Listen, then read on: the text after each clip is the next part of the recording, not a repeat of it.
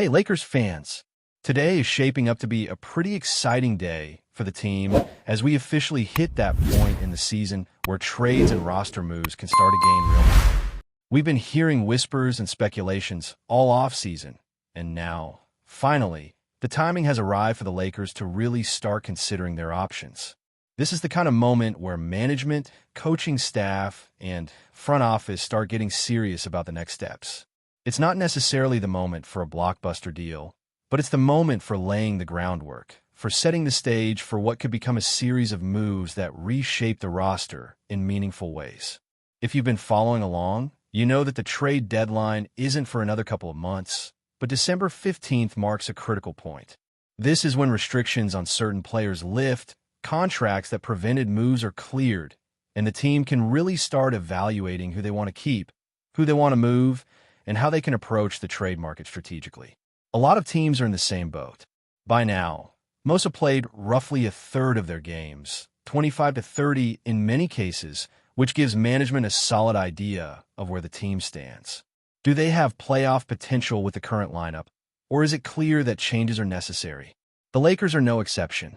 This is the stage where those questions start being answered in real terms. You've seen examples in previous seasons where the Lakers executed minor trades early, like Dorian Finney-Smith and Rui Hachimura, which served as small but meaningful steps toward larger moves later. The idea is that you don't have to land a superstar right now to make an impact. Even acquiring role players or young talents can set the stage for something bigger down the road. It's a process of building momentum and creating flexibility for the final weeks before the deadline.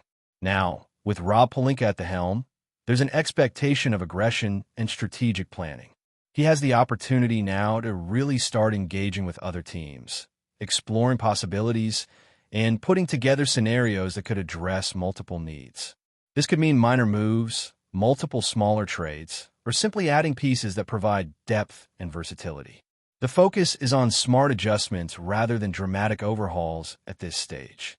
Certain players who have been off-limits due to contract restrictions are now officially available for trade, opening the door for the Lakers to explore options they simply could not consider until now.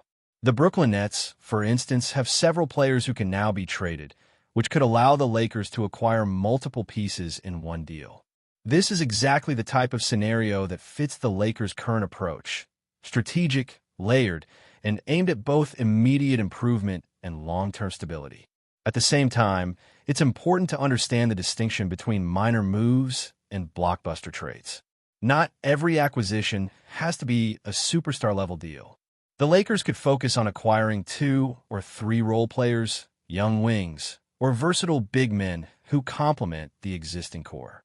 Even if the team were to pursue someone like Herb Jones or Andrew Wiggins down the line, there's still value in layering in second-tier contributors who can make an immediate difference. It's a balance between planning for the future and addressing current gaps. Bench production, for instance, remains an area of concern.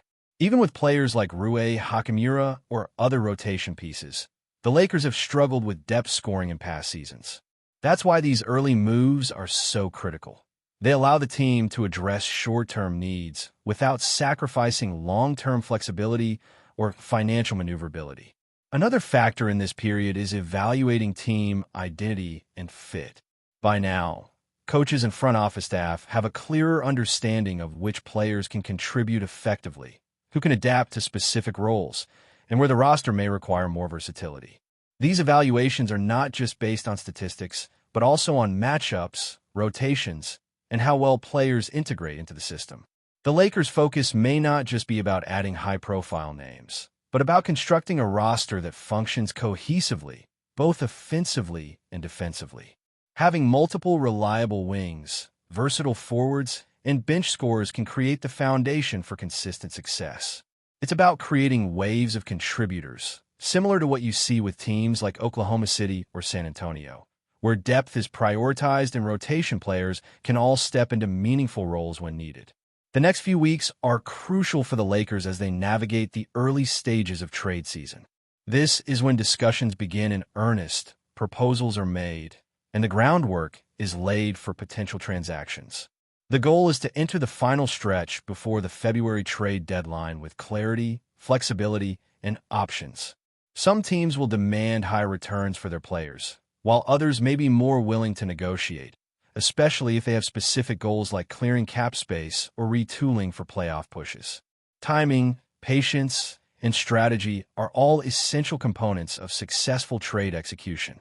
Ultimately, for the Lakers, this period is about positioning. It's about understanding which deals make sense, which players fill the most critical needs, and how to acquire talent without overcommitting resources. Minor moves at this stage can provide immediate benefits while also setting up the team for larger, more impactful acquisitions later. Even a trade that brings in a young, versatile wing or a scoring option off the bench can have a significant effect on the team's trajectory. Layering in multiple smaller moves can ultimately create a roster that is more balanced, more competitive, and better equipped to compete for playoff success.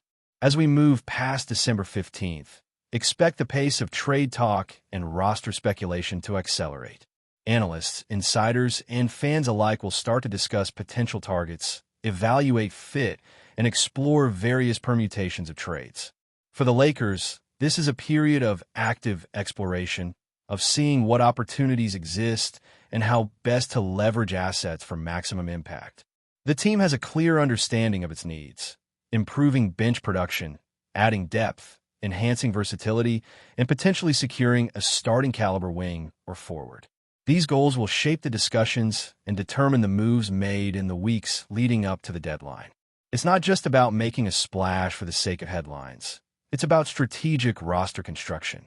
By carefully evaluating options, balancing immediate needs with long-term planning, and targeting players who offer versatility and skill, the Lakers can strengthen their roster in meaningful ways. Whether through minor trades, multiplayer deals, or shrewd acquisitions from teams willing to negotiate, the focus is on building a team that can compete at the highest level both now and in the future. This is the exciting part of trade season. The possibilities are endless, the strategy is intricate, and the outcomes can redefine the trajectory of a franchise. As we dive deeper into this period of trade season, the Lakers front office now has the ability to explore a variety of avenues, from minor adjustments to multiplayer deals that could dramatically change the team's depth and flexibility. This is where strategy meets opportunity. By mid-December, with contract restrictions lifted and the initial part of the season giving a clearer picture of team performance, management can start making informed decisions on which players to target and how best to deploy assets. The reality is that not every move has to be a headline-grabbing acquisition.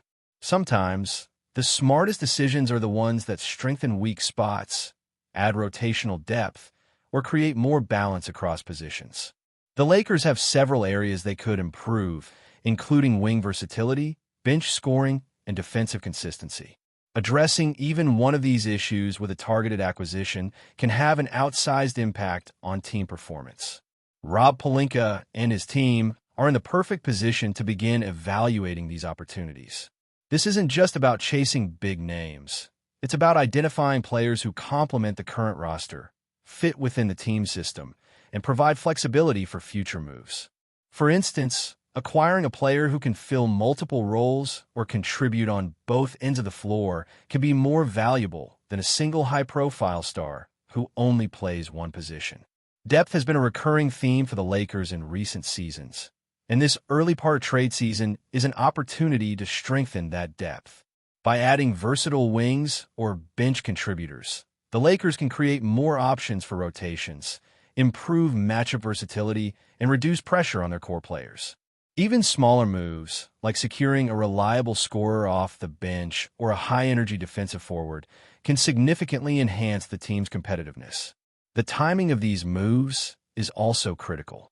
While the trade deadline isn't until February, the early stages of December give teams a chance to make strategic plays without overpaying. Early trades can provide clarity and allow players to integrate into the roster before the final stretch, maximizing their impact. This is particularly important for younger players or those who may need time to adjust to a new system.